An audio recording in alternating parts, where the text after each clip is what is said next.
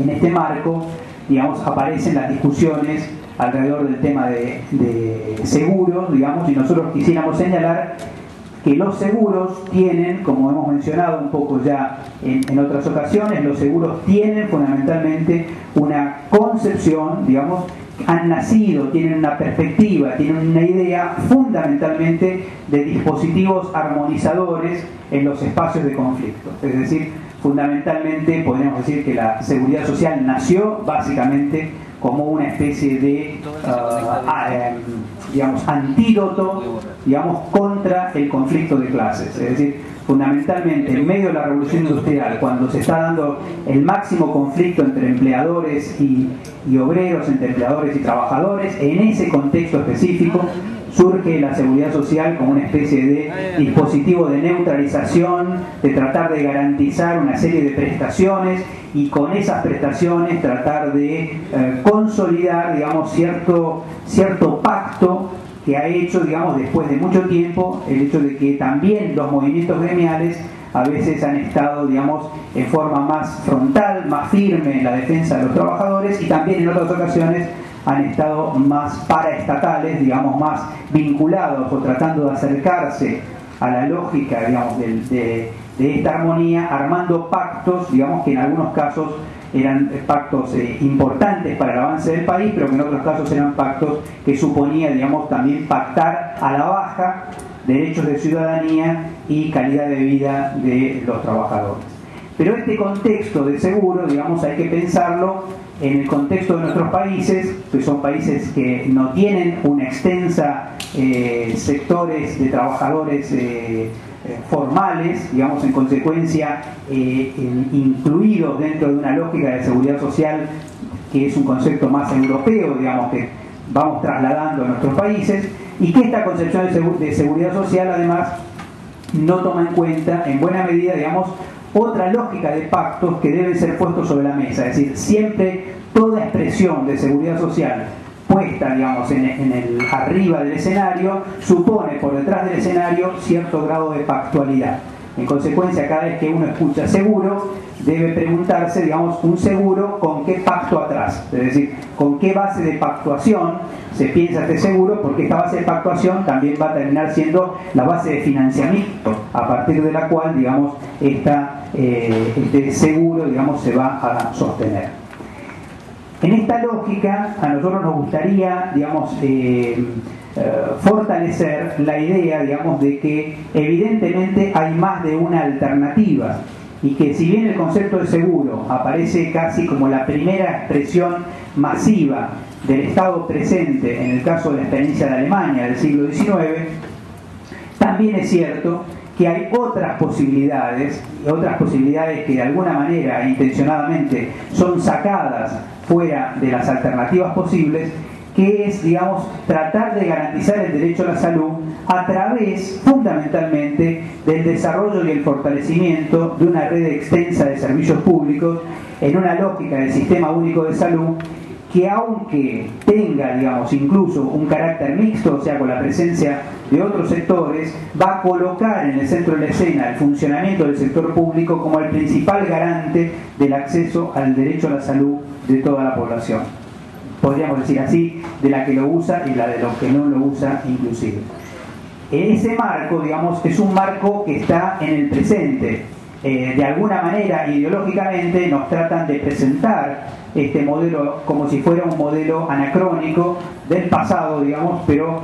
países tan concretos como Brasil, digamos, como Gran Bretaña, digamos, tienen hoy, como España, en parte como las autonomías italianas, tienen presente, digamos, tienen organizado su sistema de salud fundamentalmente a punto de partida, digamos, de la organización de prestación de servicios de salud. Para decirlo gráficamente, en consecuencia, aún en los sistemas más extensos, la pregunta es ¿qué es lo público? Digamos, si lo público es, digamos, la prestación de servicios o lo público es el financiamiento. ¿Cuál es el problema, digamos, de que lo público se limite al financiamiento? El problema de que lo público se limite al financiamiento va a tener que ver fundamentalmente con el problema de la transferencia neta de recursos públicos, digamos, al sector privado.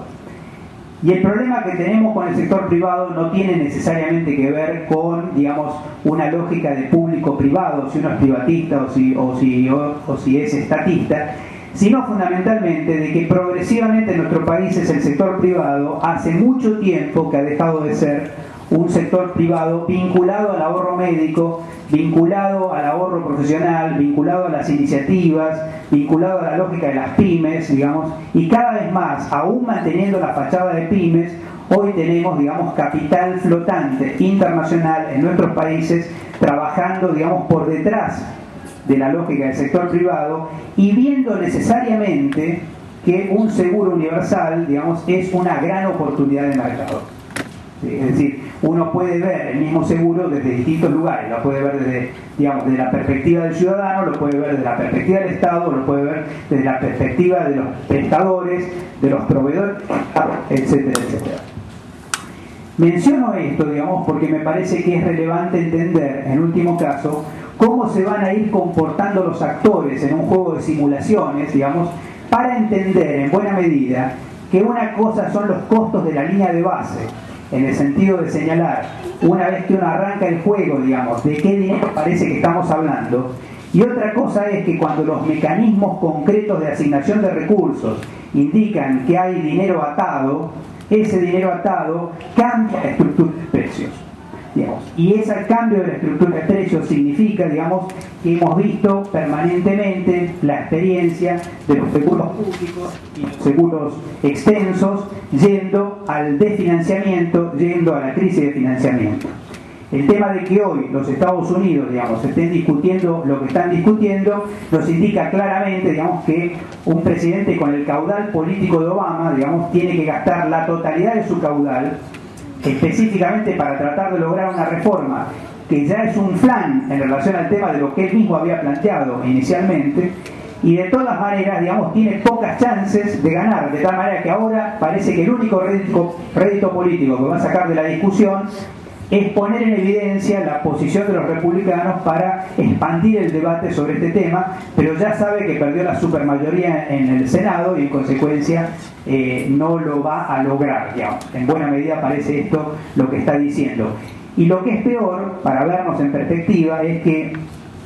la banca del senador que más militó por el derecho a la salud a la manera norteamericana, el senador Edward Kennedy, el único norteamericano formalmente presente en la reunión de Alma-Ata, digamos, es esa banca exactamente la que termina disputándose, donde el candidato que gana haciendo campaña contra la reforma del sistema de salud. Es decir, son cosas bastante notables, después Mario también le va a contar algunas cosas de Colombia, son cosas bastante notables que salud está volviendo a la escena política, digamos, no a la escena de salud, sino a la escena política general, digamos, ¿sí? Presidentes pueden quedar desestabilizados por errores políticos en salud, digamos, para decirlo gráficamente. En ese contexto, a mí también me gustaría señalar, así en términos bastante significativos, algo que es que cuando nosotros estamos aquí sentados pensando, argumentando, discutiendo, digamos, un sistema, una forma, un sistema de salud, un modelo de salud, nosotros en sentido estricto no estamos discutiendo sobre salud, sino que estamos discutiendo, digamos, digo en general porque ustedes han tenido la gentileza de invitarnos, estamos discutiendo el futuro del Perú. ¿Sí? No estamos discutiendo el futuro de una forma de financiamiento, porque son rasgos estructurales que definen en definitiva de qué se trata específicamente la organización del Estado y la relación del Estado y la sociedad en un determinado país.